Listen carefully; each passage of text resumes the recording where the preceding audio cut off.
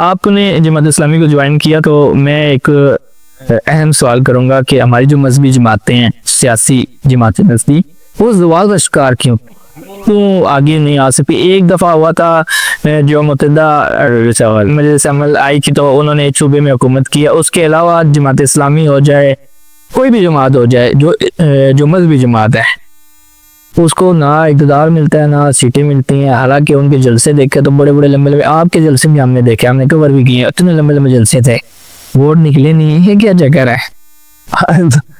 देखिए, बात बड़ी सिंपल सी है। ये कोई ताली खास नहीं व्यक्ति, ठीक है।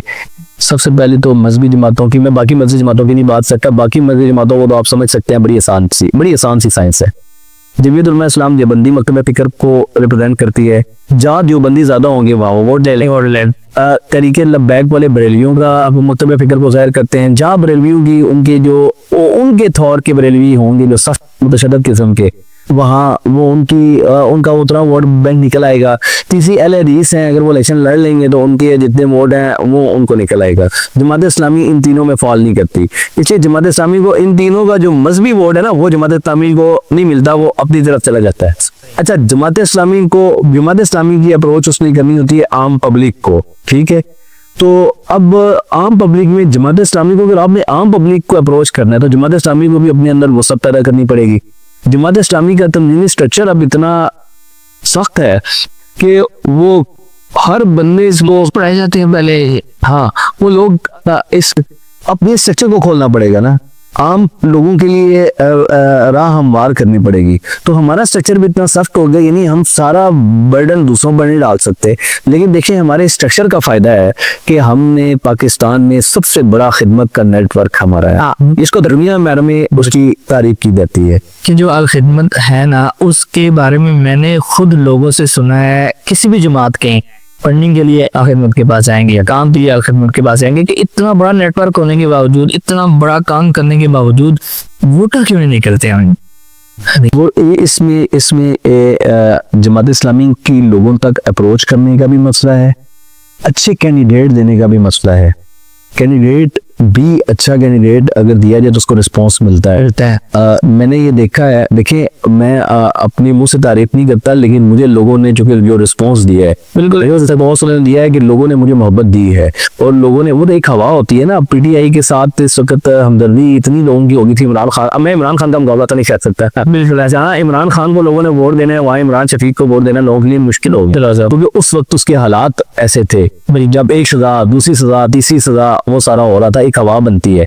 मैं नया कैंडिडेट, लेकिन मुझे जितना वोट करा है उस सब्जी में, जहाँ जमात इस्लामी को बहुत कम वोट मिलता था, मुझे उससे कई गुना ज्यादा वोट दिया है, बिल्कुल। और लोगों ने शख्सियत भी दी है, जिसके बाद मुझे ये हौसला पैदा हुआ है कि अगर आप जमात इस्लामी उन लोगों को आगे लेकर आए हर जगह पर जिनका पब्लिक इमेज है और पब्लिक के साथ जिनकी एफिलिएशन है, जो पब्लिक में अपना कोई असर डाल सकते हो, तो लोग उसको रिस्पॉन्स देते हैं। लेकिन दूसरी तरफ ना, लोगों में जहालत बहुत है, अपनी जहालत को माने। यानी जो नून लीग है वो क्या करिए, ऐसे नून लीग दे, वो गलत सही को मानते हैं, ठीक है। और वो वाले पार्टी वाला है जो वो अब पीटीआई की तरफ चलेंगे, अदरवाइज सारी जिंदगी हमेशा यही कहते रहेंगे ऐसे बटोर ना। भाई, वो आपने बात की इधर सिंध साइड में एक मेरी तरह का रिपोर्टर एक खातून से पूछ रहा था कि इधर के मसाइल क्या है। कहते जी कि पानी भी नहीं है, गैस भी नहीं है, बिजली भी नहीं है, सारे मसाइल। कहते अच्छा वोट किसको देना है? वोट अब पटौदी मानते। तो वोट देने के बारे में ना लोगों की जहालत है, कंसेप्ट ठीक नहीं है।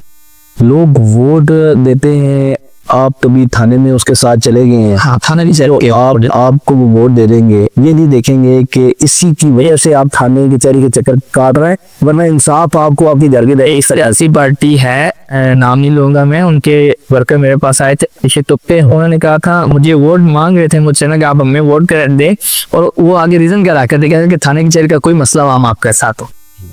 वो अच्छा, लोग भी ऐसे समझते हैं जैसे ये सारे करप्ट हैं, चोर हैं, ठीक है, और इन्हीं पर मुकदमात बनने हैं कि सारे, यानी थाने कचहरी में वो मोहल्ले में किसी एक कन टूटेगा उसने साथ दिया होगा, सही है, ठीक है। और उन्होंने थाने में ऐसे जो भी अपनी लगाए होते हैं, ठीक है, और जबरदस्ती वो देखते हैं, मोहल्ले में देखते हैं सियासत क्या है।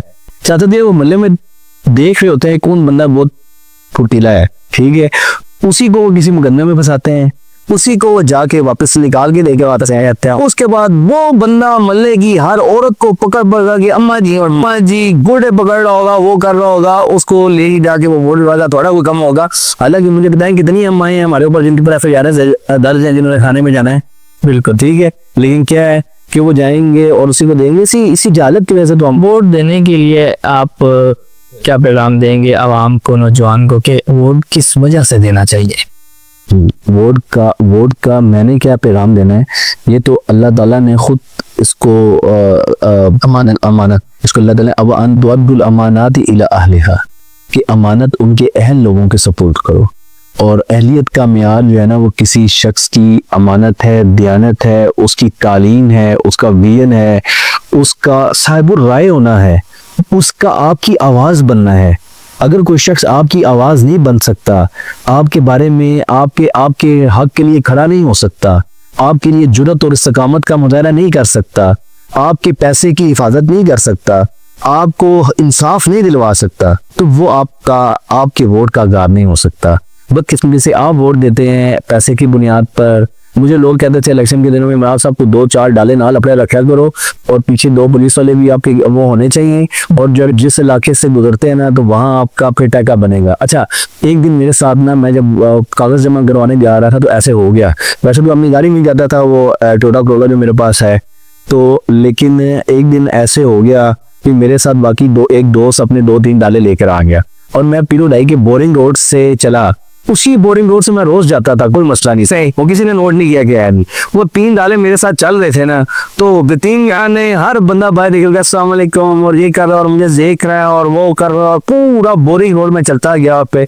और यकीन माने मुझे उस दिन शर्म आई, इस बात पर शर्म आई कि इमरान शफीक साहब, ये आपकी इज्जत नहीं है। आपको पता नहीं जानते हैं कि नहीं जानते हैं, ठीक है, ये इज्जत उन डालों का ही है, और ये गुलाम बुनियादी तौर पर हम कौम बन चुके होंगे। गुलामी है हमारे अंदर, ये हमारी रगों में इस गुलामी को निकाले।